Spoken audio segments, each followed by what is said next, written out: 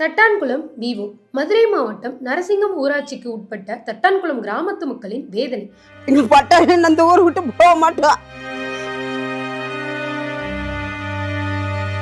நாங்க எங்க பாட்டையும் பூட்டையும் காலத்துல இருந்து நெறிஞ்சி முள்ள கூட்டி இந்த ஊர்ல இருக்கோம்.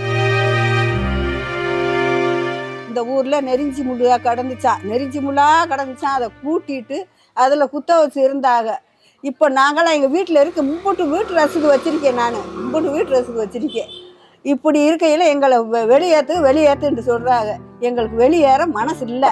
எங்களுக்கு பட்டா கொடுங்க, இல்லையா எங்களை நீங்கள் வேண்டாம் அடித்து கொள்ளுங்க.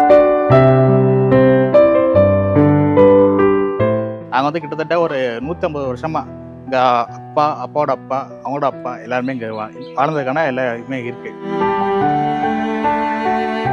இப்போ எங்களுக்கு பாட்டம் பூட்டம் முன்னோர்கள் இருந்தாங்க. இருக்கையில் அவங்க ஒன்றும் பட்டா கிட்டாலாம் ஒன்றும் வாங்கலை. எங்களை கல்யாணம் முடிச்சுட்டு வந்தாங்க. நாங்களும் இப்போ புள்ள குட்டியே ஆகி போயிட்டோம். இப்போ நாங்கள் 60-70 வருஷம் ஆச்சு. இன்னமும் எங்களுக்கு பட்டாலும் கொடுக்கல, ஒன்றும் கொடுக்கல. இப்போ வீட்டை இடிக்கிறோம், வீட்டை காலி வருங்க இடிக்கிறோம்னு சொல்கிறாங்க.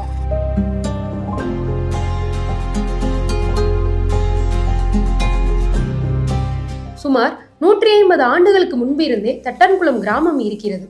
ஆனால் தட்டான்குளம் கிராமம் முழுவதும் கண்மாய் பகுதியில் இருக்கிறது என்று அரசாங்கம் மக்களை ஊரை காலி பண்ண சொல்கிறார்கள்.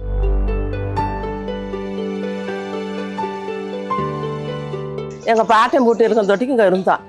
இப்ப நாங்க பேரம் பேச்சு எடுத்துட்டோம். இப்ப போய் எங்களை போச்சோன்னா நாங்க எங்க இருப்போம்? எங்களுக்கு இந்த இடம் தான் வேணும், எங்களுக்கு பட்டா கொடுக்கணும். புள்ள குட்டியெல்லாம் படிக்குது, நாங்க என்னப்பா செய்வோம்? இப்போ போச்சோன்னா நாங்க என்ன செய்வோம்?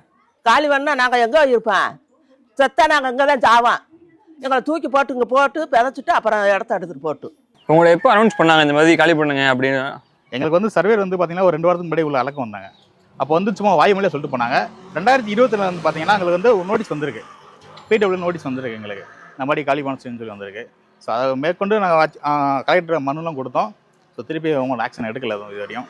இப்போ திருப்பி வாய்மொழியாக சொல்லியிருக்காங்க. ஸோ அதுக்காக திருப்பி வந்துடக்கூடாதுன்னு சொல்லி தான் நாங்கள் திருப்பி போராட்டம் பண்ணிக்கிட்டு இருக்கோம். இந்த மாதிரி சுருவட்டிலாம் அடிச்சு வேலை பண்ணிக்கிட்டு இருக்கோம். நாங்கள் இருக்கோம் இப்போ ஆண்டா இத்தனை வருஷம் என்ன தெரியாது, ஆண்டாண்டுக்கு இருக்கோம். ஆனால் எங்களுக்கு பட்டா வேணும். எங்களுக்கு பட்டா வேணும். அந்த ஊர் விட்டு போக மாட்டோம். எங்களுக்கு பிள்ளை குட்டியெல்லாம் இருக்கு. அந்த குட்டி எங்கே போய் விடுறது வைக்கிறது இப்படியெல்லாம் நெருக்கடி பண்ணுறாங்க. எங்களுக்கு அந்த ஊர் தான் எங்களுக்கு வேணும், மற்றது எங்களுக்கு வேணாம். என்னால் பேச முடியாதுக்குமா, பேச முடியாது.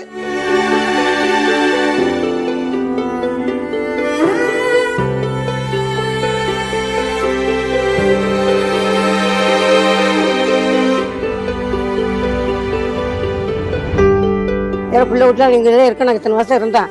அதனால் இந்த இடத்த எங்களுக்கு தேவைப்படும்னு சொல்கிறோம். வேறு பக்கம் கொடுத்தா எங்களுக்கு வேணாம். இந்த இடத்த எங்களுக்கு செட்டாடு, இந்த இடத்த எங்களுக்கு அதுதான் நாங்கள் வாதாடுறோம். எங்களுக்கு கொடுங்க, பட்டா கொடுன்னு கேட்குறோம். எங்களுக்கு வீடு வாசலாம் அடித்தா நாங்கள்லாம் எங்கே இருப்போம்? பிள்ளை ஊட்டியே படிக்கணும், நாங்கள் தொழிலுக்கு போகணும், சம்பாரித்து சாப்பிடணும். வேறு பக்கம் போனால் எங்களுக்கு நாங்கள் என்னத்தை வச்சு சாப்பிடுவோம்? பிள்ளை ஊட்டியே எங்கே போய் படிக்கும்? அப்போ நாங்கள் முட்டாத்தனமாக இருந்தோம். நான்லாம் படிக்கலை, நாங்கள்லாம் படிக்கலை. இப்போ இருக்கவங்க படிக்காமல் இருக்க முடியுமா? படித்தா தானே காரியம் ஆகும். அதெல்லாம் விட்டுவிட்டு நாங்கள் எங்கே ஓடுறது? இப்போ நீங்கள் நான் வீடை இடிக்க போகிறேன், அதை அடிக்க போகிறேன், இதை பயம் கொடுக்குறாங்க. செத்து பொழைக்கிறாப்புல இருக்குது. ஏன்னா எங்களோட வாழ்வாதாரன்றது திடீர்னு ஒரு 150 வருஷத்து ஒருத்தவங்களை திடீர்னு காலி பண்ணி போகணும்னு சொல்கிறப்ப எங்களுக்கு கஷ்டமாக தானே இருக்குது. அதுக்காண்டி இப்போ நான் போய் ஒரு புது இடத்துல இருந்து நான் பழகிடலாம். இவங்க என்ன எங்களுக்கு முன்னாடி இருக்கவங்களுக்குலாம் என்ன தெரியும்? அவங்களுக்கு இங்கேருந்தே போனால் தான் அவங்களுக்கு வேலை எங்கே போகிறோம் வைக்கிறோம்னு தெரியும். இந்த ஊரை தாண்டினா கூட அவங்களுக்கு என்னாண்டே தெரியாது. அவங்களுக்கு போய் திடீர்னு காலி பண்ணணும்னு சொல்கிறப்ப அந்த கொஞ்சம் கஷ்டமாக தான் இருக்குது.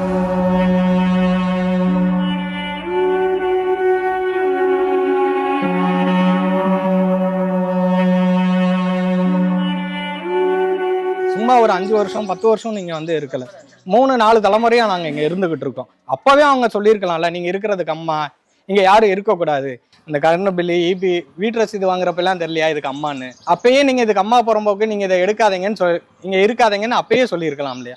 கேட்டால் அவங்க பிடபிள்யூ துறையில் கேட்கணுன்றாங்க, ரெவன்யூ டிபார்ட்மெண்ட்டில் கேட்கணுன்றாங்க. ஒரு தீர்மானம் பண்ணி தரது கிராம சபையோட இது. அவங்களுக்கு தெரியாதா என்ன இருக்குது அப்படின்னு? அவங்களையும் ஏமாத்துறாங்க. எல்லா அதிகாரியுமே எங்களுக்கு எதிராக செயல்பட்டுக்கிட்டு இருக்காங்க. இப்போ அது என்ன காரணம்? எதுக்காக அப்படி பண்ணுறாங்க?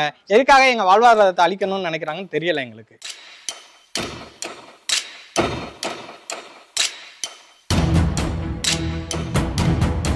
ஒரு 100 வருஷம் இருக்கும். நாங்கள் எங்கள் பாட்டைங்க இருக்கையில் 100 வருஷம் இருக்கும் இந்த ஊரில் இருந்தவங்க. அவங்கெல்லாம் இல்லாமல் இப்போ மட்டுமா நீர் இப்படி வருது? இந்த 5 தலைமுறைக்கு கவர்மெண்ட்டுக்கு தெரியாதா? 5 தலைமுறை தாகல. இப்போ கவர்மெண்ட் எங்கே போச்சு? வீட்டு வசதி போட்டுருக்காங்க, கரண்ட் எழுதி கொடுத்துருக்காங்க.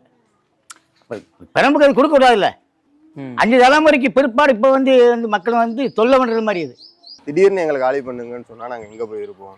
கேட்டால் எங்கேயோ இங்கேருந்து ஒரு 20 கிலோமீட்டருக்கு அங்கிட்டு ஒரு இடத்துல போய் நீங்கள் இருங்கன்னு சொன்னால் அங்கேருந்து நாங்கள் வேலைக்கு வர்றது இதெல்லாம் எங்களுக்கு சாத்தியமற்ற இதாகிடுது. அதனால தான் மக்கள்லாம் டெய்லி வேலைக்கு போயிட்டு வந்தோன்னுமே திடீர்னு இடிக்க போகிறேன்னு சொல்கிறாங்க. யாராச்சும் ஒரு ரூமரை கிளப்பிடுறாங்க. அந்த பயத்திலே தான் டெய்லியும் மக்கள் இருந்துக்கிட்டே இருக்காங்க.